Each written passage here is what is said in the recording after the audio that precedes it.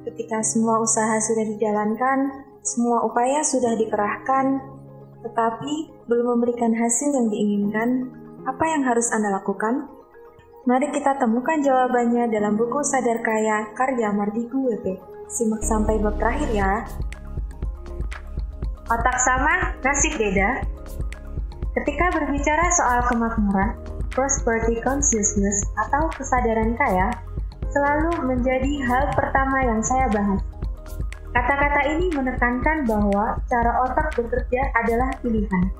Jadi, bagaimana Anda bisa memprogram otak Anda untuk menjadi orang kaya, Andalah yang menentukan.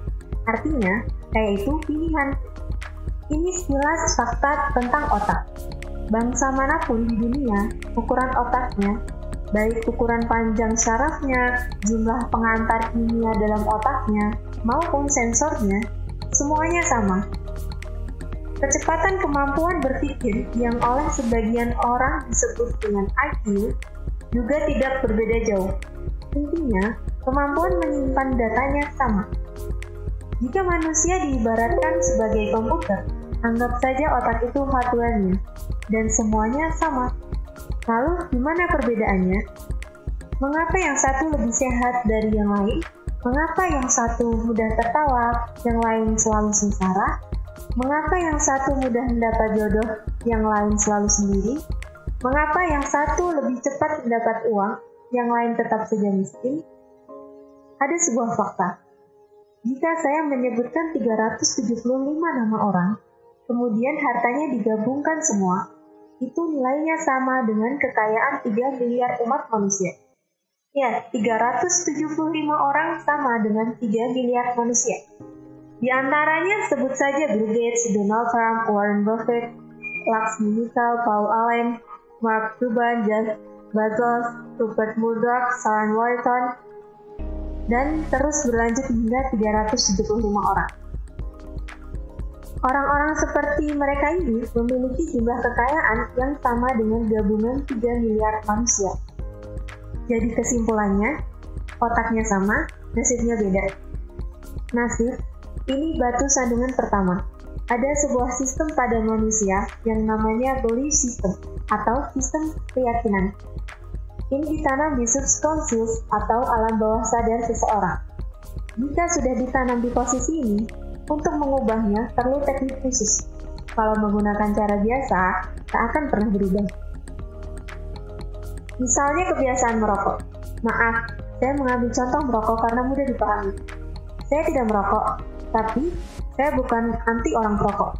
Prinsip saya, merokok itu baik, tidak merokok lebih baik. Itu hanya sebuah pemahaman dan pengambilan posisi dalam melihat sesuatu. Kembali ke merokok sebagai contoh. Dalam iklan di televisi, secara vulgar ditulis, merokok membunuhmu, dan lain sebagainya. Apakah dibaca oleh setiap perokok? Ya. Namun, apakah mereka lantas berhenti merokok karena takut akan peringatan itu? Tidak juga. Mengapa? Inilah kerja otak. Otak konsius yang menguasai informasi pengetahuan hanya menguasai 12% dari sebuah tindakan. Subconsciousnya 88%. Informasi tadi hanya menempel di konsius, tidak sampai gerak. Karena dalam database otak, subconsciousnya menyatakan merokok itu nikmat. Jadi, itulah yang ia terus lakukan. Subconscious-lah yang berkuasa. Sekarang kita kembali lagi ke prosperity consciousness, kesadaran kemakmuran.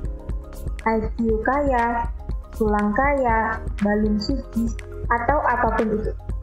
Bagi mind master atau sang pemilik otak, ini semacam software. Jadi, 375 orang kaya memiliki software ini. Sedangkan 3 miliar yang lain hanya memiliki hardware ini, tetapi tidak memiliki software itu. Bisa menerima, masih berat. Masih bertanya di mana nasib.